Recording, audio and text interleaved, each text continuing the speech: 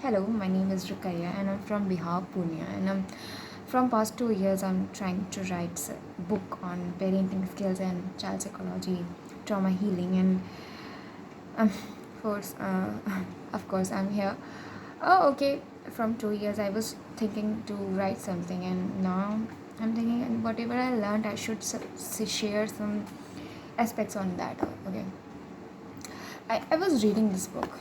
This is like treating trauma and traumatic grief in children and adolescents. It has written by Cohen Manarino Deblinger. Okay, this is the book.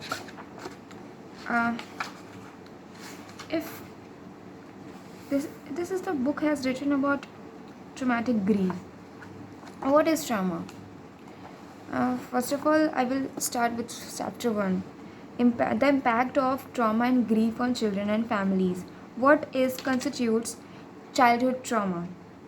Trauma is anything that a person witness, like sudden or unexpected events, the shocking nature of such events like death, threat to live life, bodily intricate and or subjective feeling, intense terror, horror, or helplessness. It can be anything. Every child take every type of things in different way. We have five fingers in our hand. We can't say that any finger just looks similar with others. You can't say that. Okay, everyone is different here. So every child take trauma in different ways, and trauma is like witnessing physical abuse, sexual abuse, witnessing domestic violence, community, school violence, severe motor vehicle and other accidents, potential life threatening illnesses such as cancer, burns, organ transplantation, natural and human made disasters, sudden deaths of parent, sibling, or peer, exposure to war, terrorism, and refugee conditions. Trauma is anything that make you feel terror in certain amounts of uh, it takes and it creates anxiety system in your body. Younger children are more dependent on their parents. So if you're a parent of yeah, younger children are always more dependent on parents reaction. So it depends on a parent's reaction, how a parent react on such things that can lead to a child have more traumatic grief and more traumatic feelings. So I'm here for making awareness that I know not everyone can be the perfect person and every parent makes some mistakes. So there is some some awareness that I wanted to share with you all. If you will, if you will encounter a child with a fearful mind, that sometimes a child make a behavior or bahane that I won't go to school. And हम क्या सोचते हैं, हम क्यों सोच रहे हैं means अगर कोई भी बच्चा बस बहाने बनाता होगा, ऐसा नहीं होता. ऐसा नहीं होता कि जस्ट बच्चा बहाना बना रहा हो. और आपको आपके बच्चे के इश्यूज़ को हमेशा ध्यान देना चाहिए. We should always think about why are our children behaving such a weird way. If a child making issue or making some nuisance like I won't go to school, I won't go to the park, I won't go to that teacher, and I won't meet that uncle or auntie or such a person, don't take it as normal thing. Okay, अब हर किसी के पास नहीं जाना चाह रहा. अगर specially आप अपने बच्चे का बॉडी लैंग्वेज देखिए, you should pay attention on your child behaviour, that how he or she is reacting. Often Asian parents, Indian parents, हम स्पेशली हम ऐसा सोचते हैं कि अगर कोई बच्चा नहीं जाना चाह रहा तो वो बहाना बना रहा होगा. ऐसा नहीं होता. ऐसा नहीं होता. वो ज़रूर किसी इशू में होगा. अगर नहीं भी है तो हर एक पेरेंट्स को हमेशा अवेयर रहना चाहिए इस चीज़ के लिए. अब तो अवेयरनेस काफ़ी ज़्यादा है. Still I will say that always pay attention on your childrens behaviour, that how he or she is reacting on such situations like कभी कभी सिचुएशन ऐसे हो जाता है कि बच्चे नहीं जाना चाहते स्कूल और बहाना बनाते हैं बुखार का। एक दिन का बहाना का बुखार सही है, अब हर रोज़ वो बना रहा है, हर रोज़ वो अजीब बिहेव कर रहा है। Often the child who suffer with a lot of depression, he or she sleeps a lot. ये बायोलॉजिकल क्लॉक हमारे माइंड का चेंज हो जाता है। और ऑफन बच्चों को कितना से 7 से 8 घंटा, और हमें भी उतना नहीं सोना चाहिए, ज़्यादा नहीं, 7 से 8 घंटा ही सोना चाहिए, उससे ज़्यादा नहीं और उससे कम भी नहीं। अगर कोई बच्चा उससे ज़्यादा सो रहा है और उससे या फिर उससे कम सो रहा है, it's not a good thing. हमें नॉर्मल पेरेंटिंग के लिए सबसे पहली चीज़ है respect. Give your child a lot of respect. I was talking to a person today, okay? I told them, क्या आप सोचते हैं अगर 7 साल का बच्चा है और आप सोचते हैं आप उसे कंट्रोल करके बस दबा देंगे? ऐसा नहीं होता। You should give him a lot of respect if you want to have that respect. अगर कोई भी आपका बच्चा आपके सामने है और वो आपसे बदतमीज़ी तरीके से बात कर रहा है, then you should understand that why that children just behaving such weird way, abusive way. हम बच्चे को तो सुना देते हैं, आप ये नहीं समझते कि वो ऐसा कर क्यों रहा। There is a point. आप जब तक आप उसे रिस्पेक्ट नहीं करोगे, रिस्पेक्ट करने का मतलब ये नहीं होता कि आपकी तरह कि वो आपको बैठ कर, मतलब रिस्पेक्ट करने का मतलब बस इतना है। अगर आपका बच्चा कोई काम कर रहा है, मान लीजिए हर बच्चा तेज नहीं होता हर चीज़ में। अगर कोई एक फिज़िक्स में अच्छा होगा तो कोई मैथ्स में अच्छा होगा। वो जो भी चीज़ कर रहा है उसमें आपको थोड़ा उसका सेल्फ कॉन्फिडेंस बिल्डअप करना है। मोस्टली बच्चों का जो इनर ग्रोथ होता है वो 6 to 8 ईयर्स के बीच में सेल्फ कॉन्फिडेंस बिल्डअप होता है। तो इस टाइम में अगर आपको उसे सेल्फ रिस्पेक्ट देना है, अगर वो कोई भी काम करके लाया, मान लीजिए आपका एक चैप्टर रीड करके आया, you have to show that oh you are so intelligent and I am saying like you are such a intelligent boy. Like मेरा भाई है, छोटा सा भाई है, वो 6-7 साल का है। He is literally so intelligent boy, and often he makes me amazed about, means उसकी नॉलेज बहुत ज़्यादा एक्सपैंड हो रही है। और क्यों हो रही है? Because of good parenting thing. हमें बच्चे को हमेशा फील कराना है कि तुम बेस्ट हो अपने काम में, तो वो फिर ऑफ कोर्स वो और करेगा, और यही होता है रिस्पेक्ट। अब आप गाली गलौज करके उसके सामने बात कीजिएगा, वो आपको रिस्पेक्ट नहीं देगा। तो आपको भी देना है, आप उससे प्यार से आप करके बात करें और उसको दिखाएं कि वो भी बड़ा है, वो भी सही है अपनी जगह पे। आप एक बच्चे को फोर्स करके नहीं समझा सकते।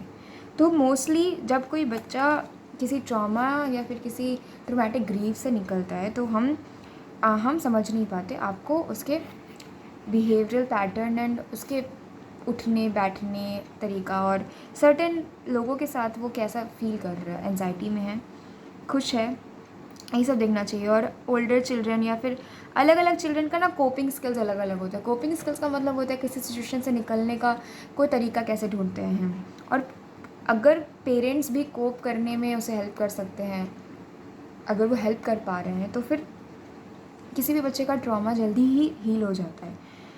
बट यंगर चिल्ड्रन ऐसा कोपिंग स्किल्स मोस्टली नहीं ले पाते। तो अगर अगर उस टाइम में अगर पेरेंट ध्यान नहीं दे पाते तो ये ट्रॉमा ग्रीफ लॉन्ग लास्टिंग हो सकता है और ये लाइफ थ्रेटनिंग भी हो सकता है।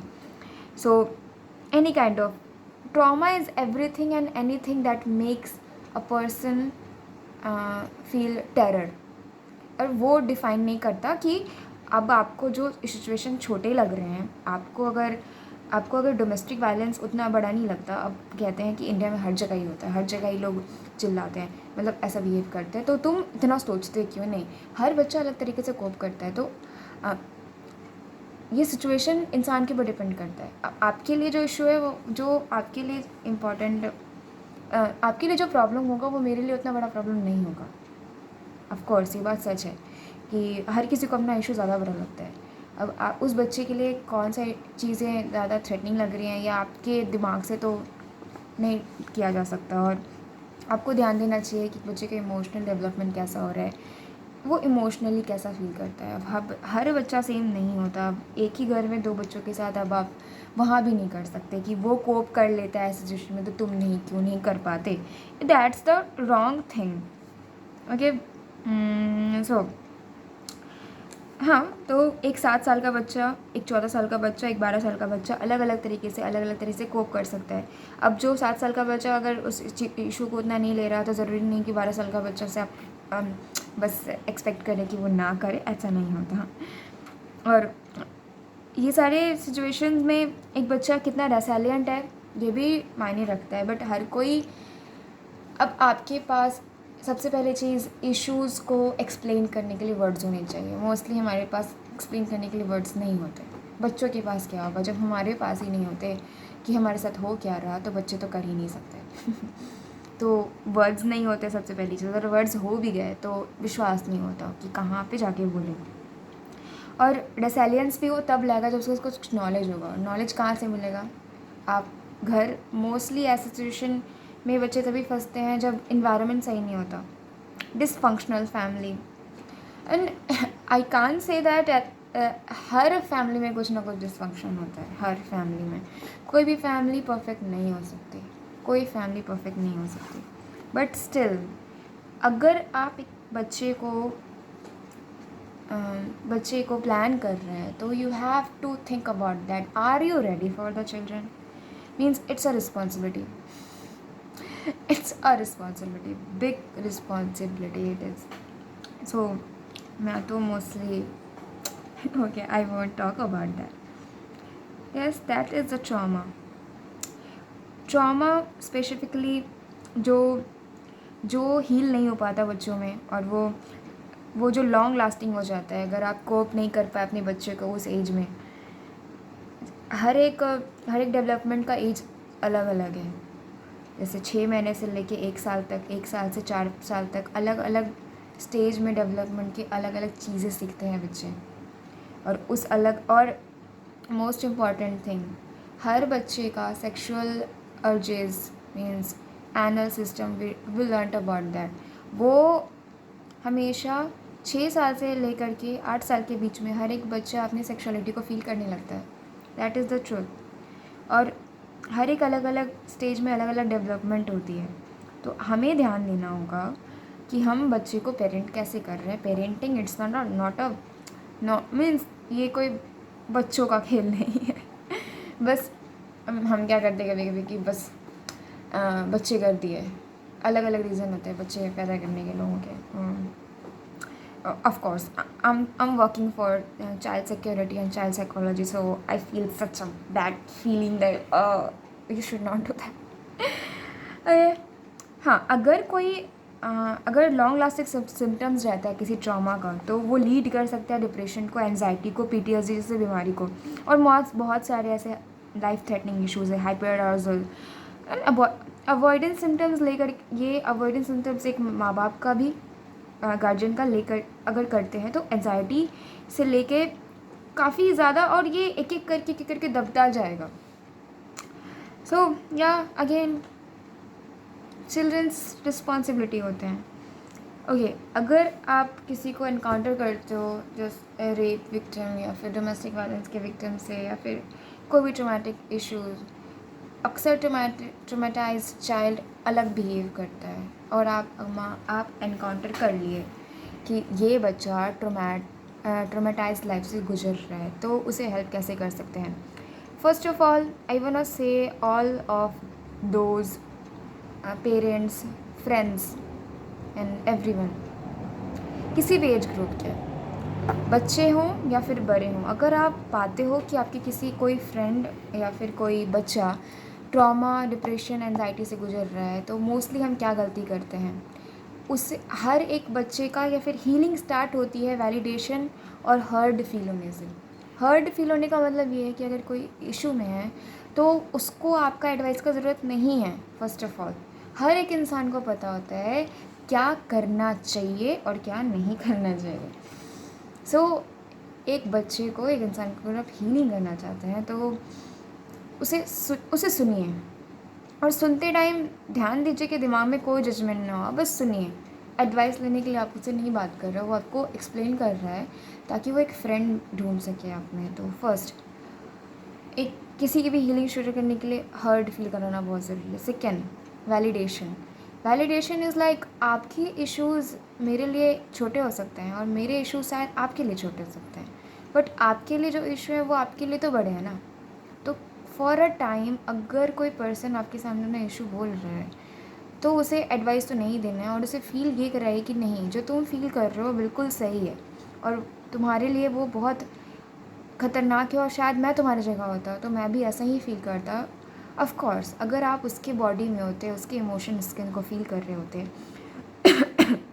आपको भी वैसा ही फील होता, तो उसे वैलिडेट फील कराना। यहाँ सॉरी यहाँ से हीलिंग स्टार्ट हो जाएगी, यहाँ से ही हीलिंग स्टार्ट हो जाएगी। आपको आगे कुछ करने की ज़रूरत नहीं है, पहले तो ये करना है। और वैलिडेशन हर्ट फील कराने के बाद वो अपनी इश्यूज़ आपसे शेयर करेगा। अब आपको पता चल गया इश्यूज़ क्या हैं, तो ऑफ कोर्स ट्रॉमा हीलिंग के लिए कॉग्निटिव बिहेवियरल थेरेपी जो थेरेपिस्ट देते हैं, for professional therapist, I am not professional therapist right now, just I am giving some awareness tips, okay. तो उनसे कंसल्ट कीजिए। CBT थेरेपी बहुत हेल्प करती है, रिलैक्सेशन थेरेपीज़ हेल्प करती हैं। काफ़ी सारे थेरेपीज़ हैं CBT, ये PTSD को हील करने के लिए। रिलैक्सेशन थेरेपी है और अभी मैं यहाँ पे पढ़ के भी बताऊँगी तो समझ में इतना नहीं आएगा। हाँ, आप थेरेपिस्ट से कंसल्ट कीजिए। और बिहेवियरल थेरेपी इज़ लाइक सबसे पहली चीज़ मुझे बहुत अच्छी लगती है CBT थेरेपी की एक चीज़, माइंडफुलनेस टेक्निक सिखाते हैं। माइंडफुलनेस टेक्निक में आपको कंसंट्रेशन बढ़ाने के लिए हेल्प करते हैं और ये काफ़ी ज़्यादा अफेक्टिव होता है। अगर कोई इंसान माइंडफुल रह के ज़िंदगी जी पाएगा, क्योंकि मोस्टली हम या तो अगर ट्रॉमा लिए हुए हैं तो पास्ट में जीते हैं, या तो अभी रहते हैं तो ये सोचते हैं कि what is depression? Depression is like living in past. And what is anxiety? Anxiety is like living in future. जब हम फ्यूचर का टेंशन लेते हैं तो एनजाइटी फील करते हैं, अब क्या होगा, व्हाट इफ़ अगर ये हुआ, तो हम एनजाइटी फील कर एनजाइज हो जाते हैं। और depression what if, why that happen, past में जीना। तो अभी के टाइम में, प्रेजेंट मोमेंट में अगर हम जीना शुरू कर दें, अगर ऑलवेज अपना ध्यान इस टाइम में रखें, जैसे मैं अभी काम कर रही हूँ, मैं बोल रही हूँ, तो मेरा फुल फोकस यहाँ रहना चाहिए, ना कि पास्ट में ना कि फ्यूचर में। अगर ये कोई इंसान कर लेता है तो उसका हीलिंग काफ़ी इजी हो जाता है। यही होता है mindfulness is living in the moment. So I talked about trauma today. What is trauma? Trauma is like anything or everything that makes a person feel tragic or intensified, like danger feel करना। कोई भी situation जो एक इंसान को डर डाल दे, किसी तरह का एक्सीडेंट, कोई बच्चा साइकिल चला रहा है, वो एक्सीडेंट हो गया, दिस इज़ ट्रॉमा। और वो ट्रॉमा का कोई ये नहीं होता, डेफिनेशन नहीं होता कि रेप हुआ तो ही ट्रॉमा होगा, ऐसा नहीं होता। कि डोमेस्टिक वायलेंस हो रहा है घर में तभी वो ट्रॉमा फील करेगा, ऐसा हर किसी का अपना अपना अलग अलग कोपिंग स्किल्स होता है, पेन लेने का अपना सहनशीलता होती है। First we talked about trauma, and second the therapy session, CBT therapy, and third I was talking about parenting thing, like parent तभी बनिए जब आप रिस्पॉन्सिबिलिटी लेने के लायक हों। और फोर्थ कि अगर किसी बच्चे को अगर आपको पता लगाना है कि वो ट्रॉमा में है या फिर इशू में है, तो उसको कैसे हील करते हैं, कैसे बात करते हैं, वैलिडेशन एंड हर्ट फील कराना। एंड फिफ्थ मैंने ये भी बताया था कि कैसे पता लगाते हैं कि कोई बच्चा ट्रॉमा से गुजर रहा है, वो बिहेवियर में पता चल जाएगा।